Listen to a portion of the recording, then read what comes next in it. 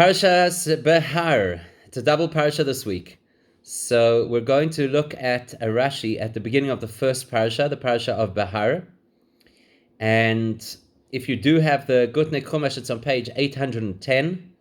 It's Perek Chof Hei, chapter 25, Pasuk Beis, the second Pasuk. So just to give it some context, we'll first look at the first pasuk, and then based on that, we'll go to the second pasuk. The first pasuk is nearly 100% straightforward. The first pasuk says, "Vaydaber Hashem el Moshe." Hashem spoke to Moshe, Behar Sinai, at Mount Sinai, leimor, to say the following things. So we know very famously that there's a question about why it has to be identified at Mount Sinai. That's not the Rashi we're going to focus on now. Instead, the Rashi that we're going to focus on is on the next parasha. On the next pasuk. Daber el bnei Yisrael, speak to the Jewish people, ve'omarta aleihem, and tell them as follows: Ki savoyu el haaretz, when you come to the land. So now we know straight away that the instruction that's about to follow applies only when they're living in Israel. So when you come into the land, asher ani nosein lochem, the land that I will give you, ve'shavsa haaretz, and the land should rest, Shabbos la Hashem, a Shabbos for Hashem. Rashi only has one comment on this pasuk, and it's on those last two words. Says Rashi, Shabbos la Hashem. Rashi explains that means l'shem Hashem, that it should be what we call lishma. In other words, the rest that you give your field in the seventh year, the rest should be dedicated for the sake of Hashem. L'shem Hashem. You rest for the sake of Hashem. Keshem shenemar b'Shabbos Bereishis. And this is exactly as it says in Shabbos Bereishis. What's Shabbos Bereishis? The Shabbos during the week.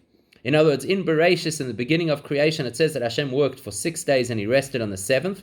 So therefore the Shabbos that we observe on a weekly basis is called Shabbos Bereishis, the Shabbos associated with creation.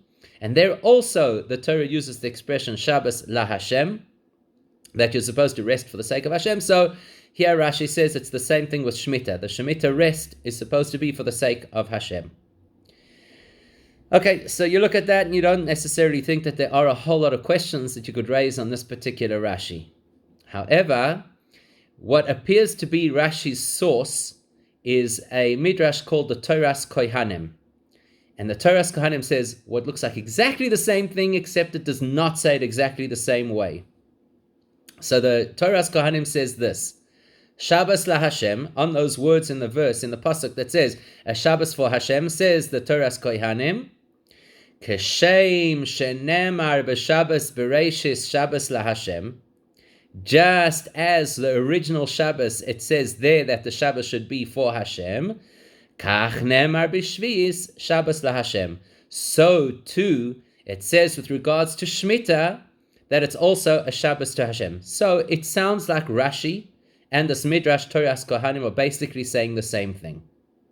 They're both telling us that the direction, the motivation, the intention of this Shabbos, whether it be the Shabbos that we celebrate every week, or whether it be the Shabbos that you only have in a Shemittah, it sounds like they're both telling us that the purpose of the Shabbos is La Hashem, to serve Hashem. Okay, that's what it sounds like. That's what it sounds like. Sounds like they're saying that identical thing. Except that they're not.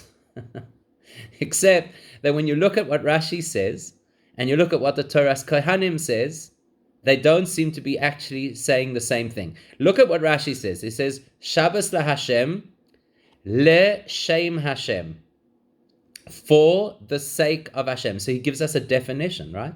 Gives us a definition. That la Hashem means that you should dedicate your Shabbos to Hashem. That is a definition. And then he proves that definition. Kashem shenema b'Shabbos Bereishis, just like it says in the original Shabbos. The Toras Kohanim does not give a definition. The Toras Kohanim just said, Kashem shenema b'Shabbos Bereishis, kach nema b'Shviis.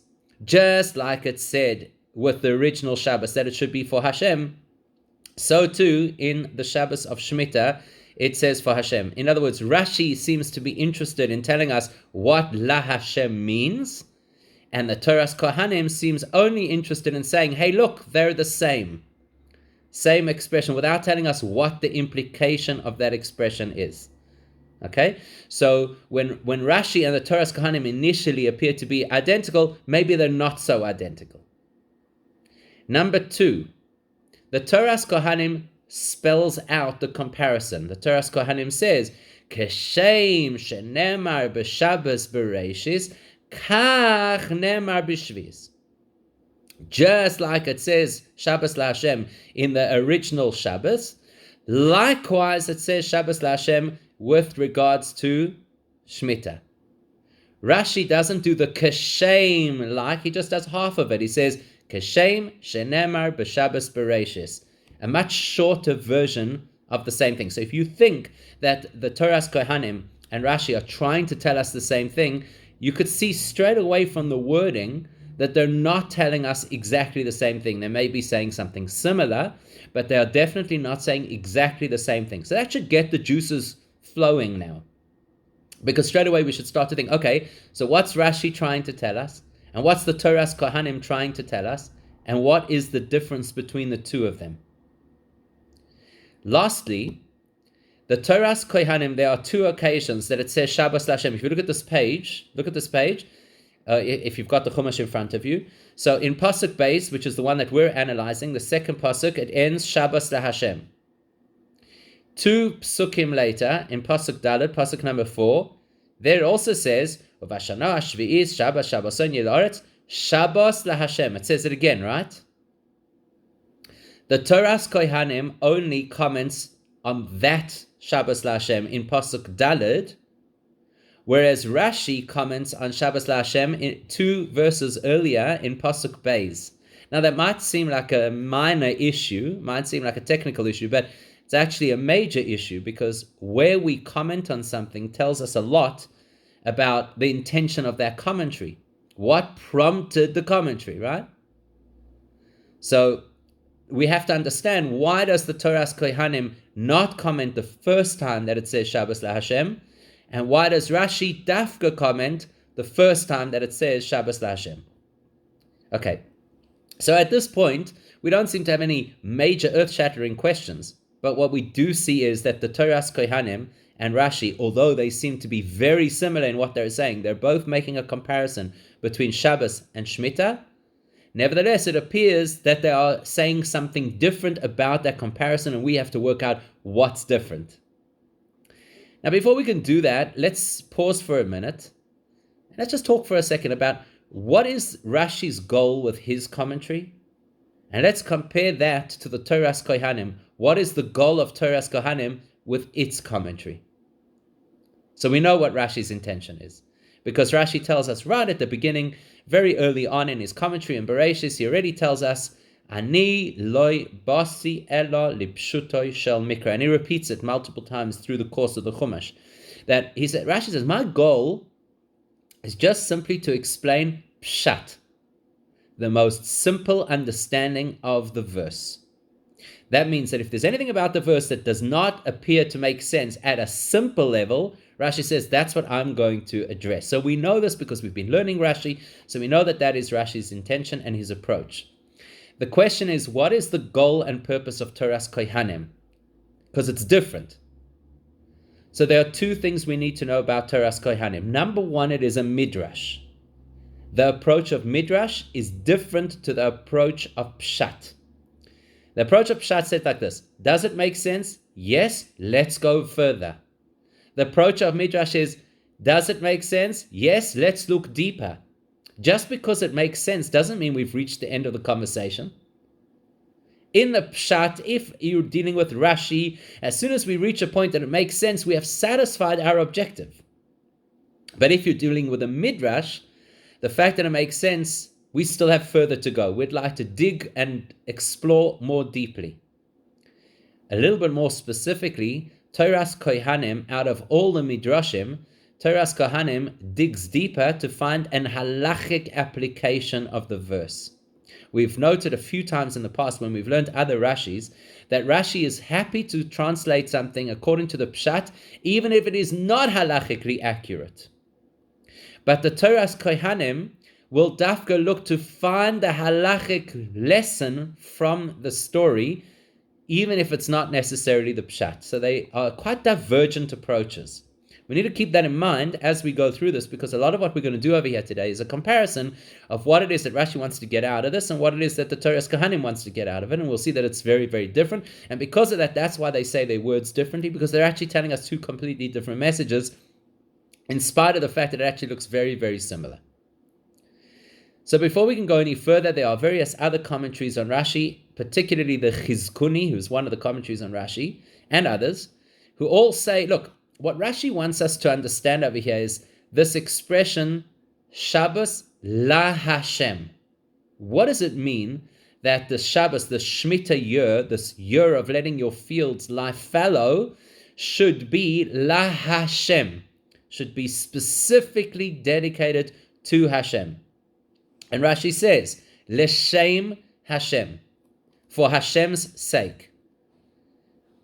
So the Chizkuni and others comment, look, you know what happens. You tell people that they should take off a year. They should have what we call in the modern world a sabbatical.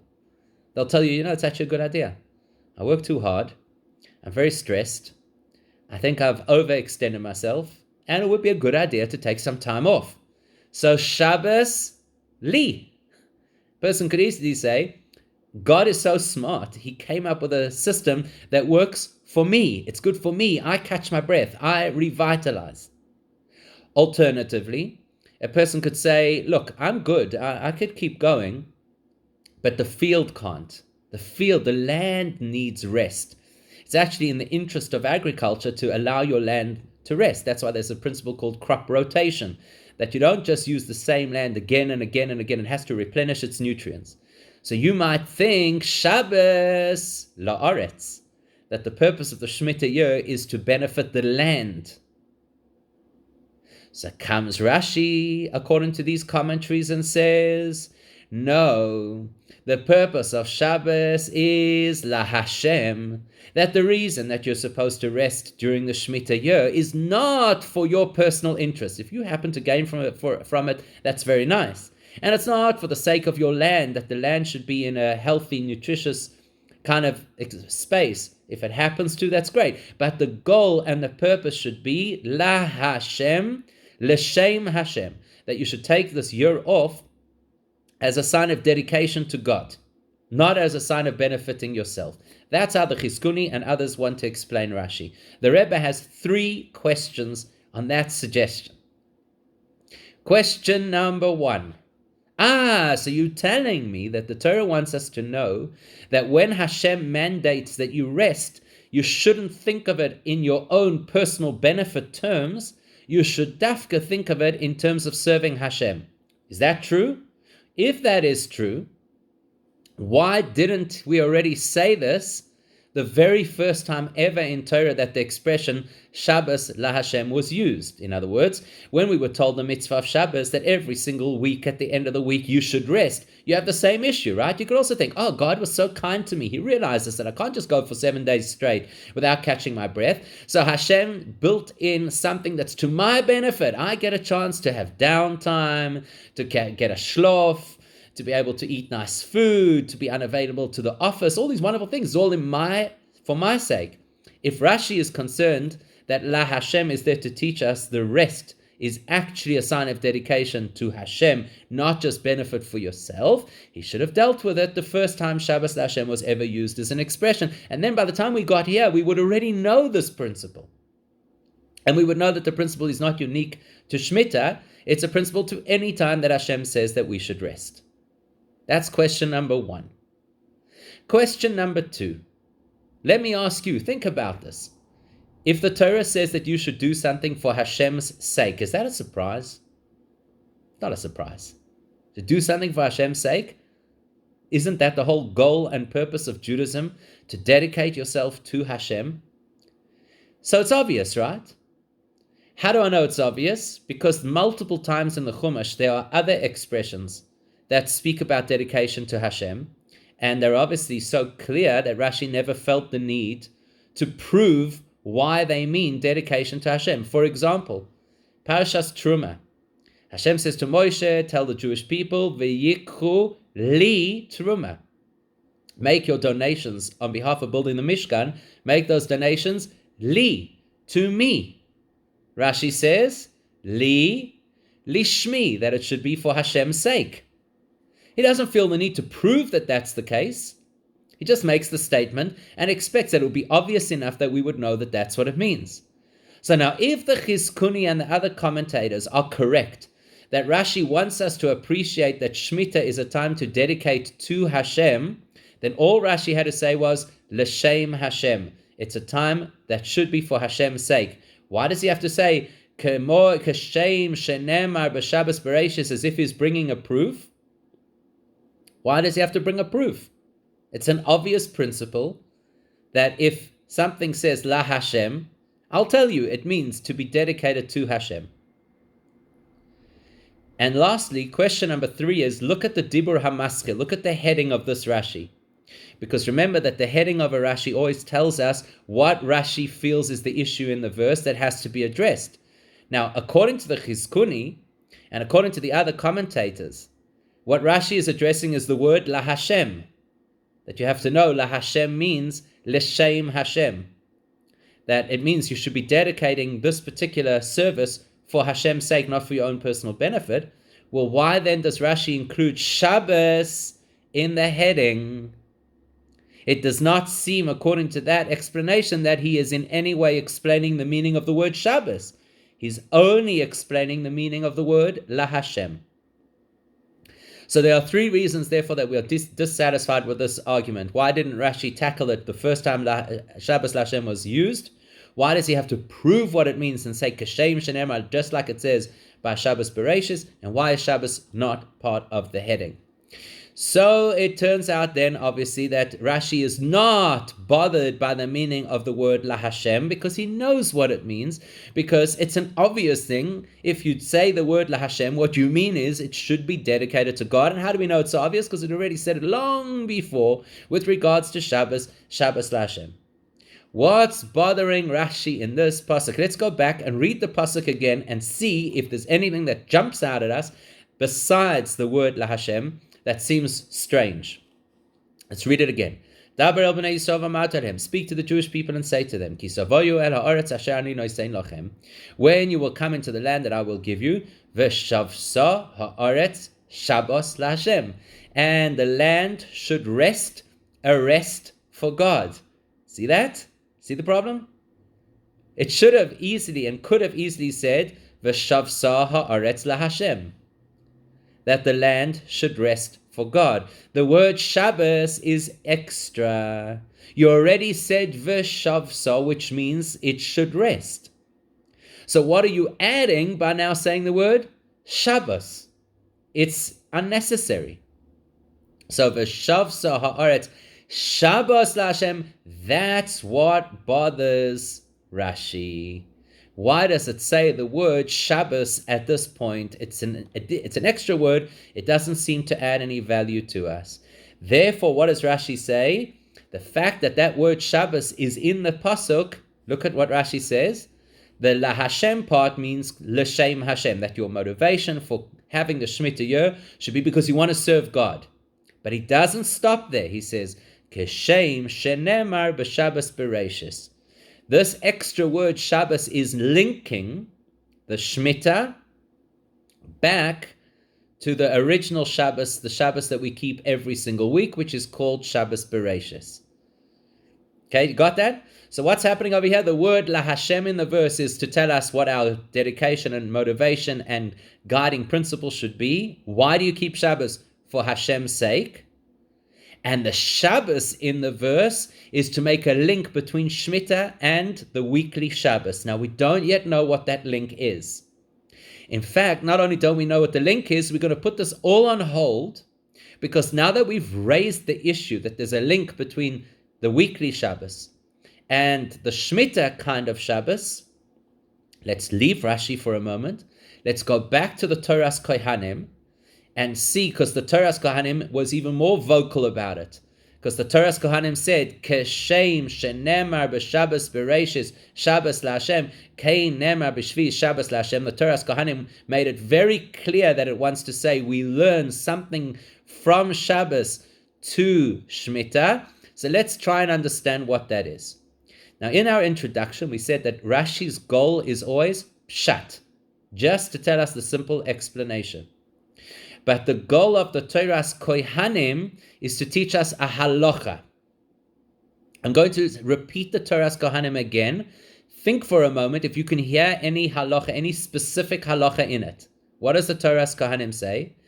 Just like the original weekly Shabbos is introduced with the expression Shabbos la Hashem, likewise the Shemittah Shabbos is also introduced with the expression Shabbos la Hashem. Okay? What's the specific halacha he's teaching us? Remember, Torah's Kohanim wants to teach us a halacha. What's the halacha? Do you see a halacha over there? Does he tell us anything specific about Shemittah? Does he tell us anything specific about Shabbos? No. So what's he trying to tell us, the Torah's Kohanim? What's it, just to show that there's a correlation between the words? That's not good enough for a midrash, and it's certainly not good enough for a midrash that wants halacha. So there's got to be a halacha component over here. What's the halacha component? Okay, so let's look at what's going on. We've got Shabbos, which happens weekly, and is referred to in the Torah with the expression Shabbos la Hashem. We have Shemittah, which happens every 7 years, and is introduced in the Torah with the expression Shabbos la Hashem. We can now create what is called the Gezerah Shava. Gezerah Shava basically means you have the same expression in that case, and you have the same expression in this case. The Torah uses the same expression to create a hyperlink between the two cases. That means that the information provided in one of the cases will teach us something about the other case. Now, usually when we have a Gezerah Shava, we have part of the tradition, because a Gezerah Shava is a tradition. You can't just make up a Gezerah Shava and say, hey, that pasuk has that word and that pasuk has that word, maybe we can learn the two to compare to each other. It's got to be a tradition that was passed down through the generations. Part of the tradition obviously is which section is the source and which section learns from the source. So now, you have a look at the story of Shabbos and Shemittah. Shabbos is introduced with the expression Shabbos la Hashem. Shemittah is introduced with the expression Shabbos la Hashem. We now have a tradition that there's a Gezerah Shava. That means one of them is going to teach us context for the other one, but I don't know which one. So, let's have a look. Look at Pasuk. Look at this pasuk actually. Look at this pasuk. What does it say? What is the nature of Shmita? V'shavsa haaretz. That's what it says. What is Shmita? Shmita is that the land should rest. What is Shabbos? Who has to rest, or what has to rest on Shabbos? You have to rest. See the difference? Shabbos is a restriction on the person. Shmita is a restriction on the land. So, if I set the time switch so that the lights in my house should turn off at 11 p.m. on a Friday night, is that a Shabbos problem? Have I broken Shabbos? Because on Friday, I set up a mechanism that will allow my lights to turn off once it's already Shabbos. Is that a problem? No problem. Why not? Because I am not doing anything on Shabbos, and there's no instruction that says that my electrical circuit has to rest on Shabbos. It doesn't say that. It says I have to rest, my servants have to rest, my animals have to rest. But there's nowhere that says that inanimate things that belong to me have to rest on Shabbos. Here, what does it say? Shavsa haaretz. That the nature of Shmita is that the land has to rest. Now, I can turn on an electrical mechanism that will come into effect on Shabbos, no problem, because nowhere does it say my electrical board has to rest.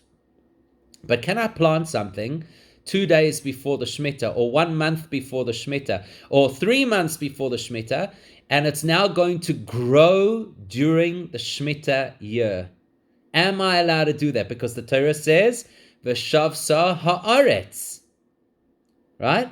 The Torah says that the land has to rest. So I'm not doing anything by the time Shemittah comes in. I've already planted that field. But what if the things are going to grow during the Shemittah year? surely then I'm breaking the law of V'shavsa ha'aretz, that the earth is supposed to rest. So therefore, I would think, by virtue of the fact that the Torah says V'shavsa ha'aretz, I would think that de'oraisa, it would be a Torah prohibition against planting in the 6th year anything that would continue to grow into the 7th year, regardless of how far in advance I planted. Anything that will continue to grow into the 7th year should be asur, should be forbidden. In other words, I would think, based on this concept, I would think that there's something called Tosefes Shmita. What's Tosefes Shmita? Additional period of the Shmita year, even before the 7th year begins. And I would think that that is mandated by the Torah, because the Torah is the one that said, Shavsa ha'aretz, that the earth has to rest, the land has to rest. Then I would say, hey, there's a Gezerah Shava, which means that Shabbos LaHashem is said by the Shemittah, and Shabbos LaHashem is said by Shabbos. So I would now think, look here, I can understand from this that it sounds as if the Torah is saying that at the time before Shmita, the laws of Shmita already apply, min ha-Torah. As far as the Torah is concerned, I'm now going to compare that to Shabbos and say, guess what? Shabbos also has a concept of Tosefes Shabbos, that you're supposed to take in Shabbos a little bit earlier. Maybe, just like the Torah says, that I'm supposed to start the Shmita process a little bit earlier. Maybe I'm supposed to do the Shabbos process a little bit earlier too. That's what you think, right? So therefore, what does the Midrash Toras Kohanim say? Keshem shenemar b'Shabbos bereishis, kach nemar b'shvi'is. Just like the first time Shabbos LaHashem was ever used was with regards to Shabbos. And we know that on Shabbos there is no Torah obligation to take in Shabbos early. It's only a rabbinic concept that you take in Shabbos early. But the Torah does not insist on it. Kach, in the same way, now I know that when it comes to Shmita, even though the Torah says V'shavsa ha'aretz, that the land is what's supposed to rest, the Torah is not telling me that I'm not allowed to plant in advance in case things grow into the Shmita. So what has the Toras Kohanim done for us? It's given us a halacha. It's given us a very clear halachic parameter for Shmita, one that we could have misunderstood. Great. That is if you go with the halachic perspective. With a halachic perspective, that is a halachic take-home. I look at the two, I make a comparison.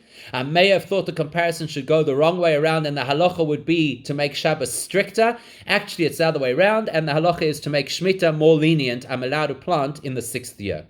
That's the Toras Kohanim, and that explains why the Toras Kohanim had to use such a lengthy way of explaining what La Hashem means, because it needs to come to this halachic conclusion. Rashi doesn't have that problem. Rashi just needs us to know one simple thing. Rashi needs us to know that Shabbos LaHashem means that the goal of Shmita is a time of dedication to God.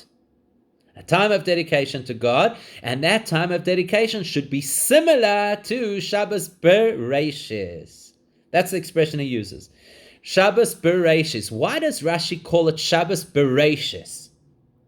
Why doesn't he call it Shabbos Yomim? The Shabbos at the end of a series of days, just like you're going to see he uses the expression Shabbos Shonim, that there's a period of years, and at the end of that period of years, you have a Shabbos.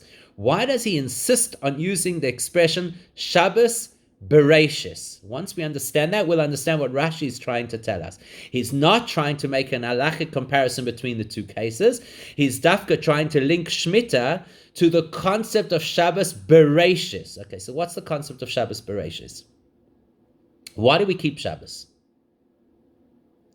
If you have a look in the first time that the 10 Commandments are told to us in Parashas Yisroi, we're told that the reason that we keep Shabbos is because Hashem created the world in 6 days and he rested on the 7th. Al kain tzivcha Hashem elekecha lasis es yom HaShabbos. That's why he told you to keep Shabbos, because of Shabbos Bereishis.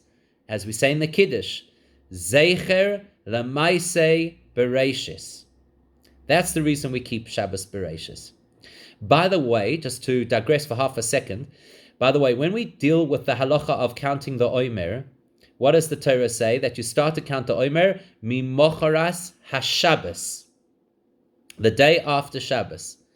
There Rashi says very clearly that Mimocharas HaShabbos is not Shabbos Bereshis. That means that the first time you count the Omer does not have to be on a Saturday night. Rather, Shabbos could also include Yom Tov. Now, why do we keep Yom Tov?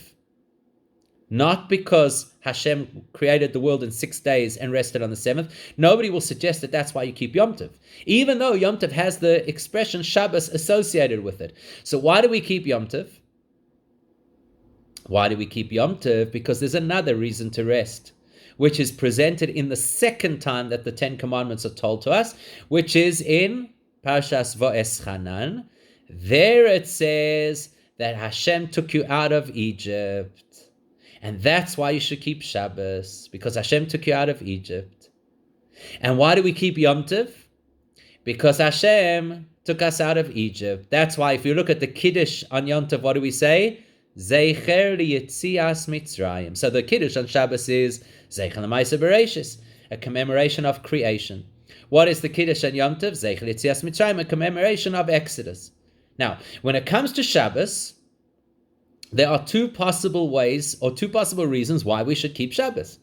Either you could say we should keep Shabbos because it's a commemoration of the Exodus, or you could say, like in Va'eschanan, or you could say we should keep Shabbos because it is a commemoration of Bereshis, of the creation story.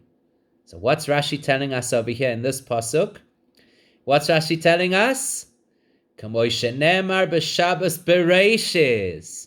That the concept of Shemittah being a time, a year that is dedicated to Hashem, is similar to the commemoration of creation that we have on Shabbos, not the commemoration of Exodus. Why is this such a big deal? So let's turn back. I'm going to turn back to Parshas Mishpatim. In Parshas Mishpatim, it also talks about Shabbos and Shemittah. Parshas Mishpatim, it is Perek Chof Gimel, and we're going to look at Pasuk Yud Beis. But before we look at Pasuk Yud Beis, just to give a context, here's Pasuk Yud Aleph. So it's chapter 23, we're going to look at verse 12, but before that, verse 11. Verse 11 says, well, let's even start from verse 10. That for 6 years you should work your land and gather the harvest. The 7th year is a time for rest, leave the fields fallow. The poor amongst you should get to eat from the fields, and the animals, by the way, please keep that in mind, the concept of the animals, we're going to come back to it later. And the same thing should apply to your vineyards and to your olives. Now comes the pasuk we want to look at. Straight after telling us about Shemittah, the Torah then says, Sheishes yomim ta'aseh ma'asecha, 6 days should you do your work. Uvayoim hashvi'i tishbois, and on the 7th day you should rest. And then it says, includes your animals and your servants and the convert. Look at Rashi. Rashi says, Uvayoim hashvi'i tishbois. It's a very disturbing Rashi when you think about it. It's a very disturbing Rashi. What does Rashi say? Uvayoim hashvi'i tishbois. Af b'shona hashvis Lo te'aker Shabbos Bereshis mimekoimo. Even during a Shemitah year, you do not, the word he uses is uproot, you do not uproot Shabbos. You hear that? You do not uproot Shabbos. In other words, Rashi for some reason believes that people would have thought that Shemitah is a time you don't have to keep Shabbos. Interesting, right? That's why it's such a disturbing Rashi. Why would you even think that you don't keep Shabbos during the Shemitah year? Isn't Shabbos one of the most fundamental things of the whole of Judaism? Why would a Shemitah year mean that you don't keep Shabbos? Why? It's because look at the Rashi we've just seen in Behar. The Rashi in Behar tells us, Shabbos la Hashem, that the extra word Shabbos in that verse, which did not have to be there, is not only to tell us La Hashem, that the time of Shmittah should be dedicated to God. It's more than that. It's to tell us that it is like Shabbos Bereshis. That's what Rashi says. Keshem shenem ha-Shabbos Hashem b'Shabbos Bereshis. That it is like the original Shabbos, which is a commemoration of the fact that Hashem created the world within 7 days. That's why Rashi has the suggestion. You might have thought that when a Shmittah year happens, you don't have to keep Shabbos. Why? Because the purpose of Shmittah is to commemorate creation. And the purpose of Shabbos is to commemorate creation. So you would think that maybe it doesn't apply. Okay, so let's ask ourselves the question, why taka? Why, in fact, does Shabbos still apply even during a Shmittah year, if Rashi is correct, that the language Shabbos la Hashem used by Shmittah is to emphasize that the goal of Shmittah is the same goal as Shabbos, to remind us that Hashem created the world and therefore that Hashem runs the world. So if you've got a whole year dedicated to that, why do we still need a Shabbos? So there are two very clearly logical reasons why Shabbos is still relevant even during Shmittah. Reason number one, v'shavsa ha'aretz. Shmittah only restricts agricultural work. So can you light a fire during Shmittah? Can you carry things in a public space during Shmittah? Can you sew your clothes, cook your food? Of course you could. So the only restriction of Shmittah is specific to work that you do in the field. So where do you remember that Hashem created the world during Shmittah? Every single time that you would have gone to work in the field, which is limited. Nobody works in the field all 12 months of the year. And even in those months that you are working in the field, you don't work in the field necessarily all day, every single day. It depends what season it is, what stage of the planting, reaping, harvesting process it is. But Shabbos affects a whole big area of life. In fact, Shabbos affects pretty much every area of life. So logically, in spite of the fact that the Shmittah year is a reminder that Hashem created the world, logically we still understand why Shabbos has relevance, because Shabbos will remind us of those things in other areas that Shmittah doesn't touch. Shmittah will talk to me in the field. Shabbos will also talk to me in my home. Number two, Shabbos, unlike Shmittah, is not defined only by things you're not allowed to do. The entire experience of Shmittah is only restrictions. Can't plant, can't harvest, and various subcategories. Shabbos also has things that you have to do. For example, there's something called Oineg Shabbos. You have to enjoy Shabbos. You have to make Kiddush. There are various things that you're supposed to do in order to have kavod, the honor for Shabbos, and oineg, the pleasure of Shabbos. Eat good meals, you're supposed to dress nicely, etc. So logically, it doesn't make sense that in spite of the fact that the whole goal of Shmittah is to remind us of creation, still logically it makes sense that Shabbos definitely has a place even in a Shmittah context. Okay, so let's have a look at what we've derived so far. So far, what we know is that the goal that Rashi wanted to achieve and the goal that the Torah's Kohanim wanted to achieve were completely different. The Torah's Kohanim needed to arrive at a practical halacha, and it did. It came to a practical halacha, which is, don't think that just like you would imagine Shmittah has to be extended even into the year that precedes it, so you would imagine that Shabbos also has to be extended into Friday. The Torah does not require that. Maybe the rabbis do, but the Torah does not. So the Torah's Kohanim worded and presented its whole explanation to reach that point. Rashi wanted to explain Pshat. What's the Pshat? The Pshat is twofold, Shabbos and La Hashem. La Hashem teaches me that the purpose of Shmittah should be in order to serve Hashem, not to get personal benefit. Shabbos is to teach me that the purpose of Shmittah is like the purpose of Shabbos, to remind me that Hashem created the world and therefore is in charge of the world. We now have answered all of our questions. We understand now why Rashi did not address this when Shabbos La Hashem was used the first time with regards to Shabbos, because that message wasn't relevant at that point. We understand why he so-called brings a proof, Kamoi Shenemar, because he wants to show us that the goal of Shmittah is similar to the goal of Shabbos. And of course we understand now why Shabbos is in his headline. We also understand now why it is that Rashi explains us the first time Shabbos LaHashem is mentioned in the parasha, because the first time Shabbos LaHashem is mentioned is where the apparently extra language lies. V'shav Saharetz already means to rest, and Shabbos is the extra word.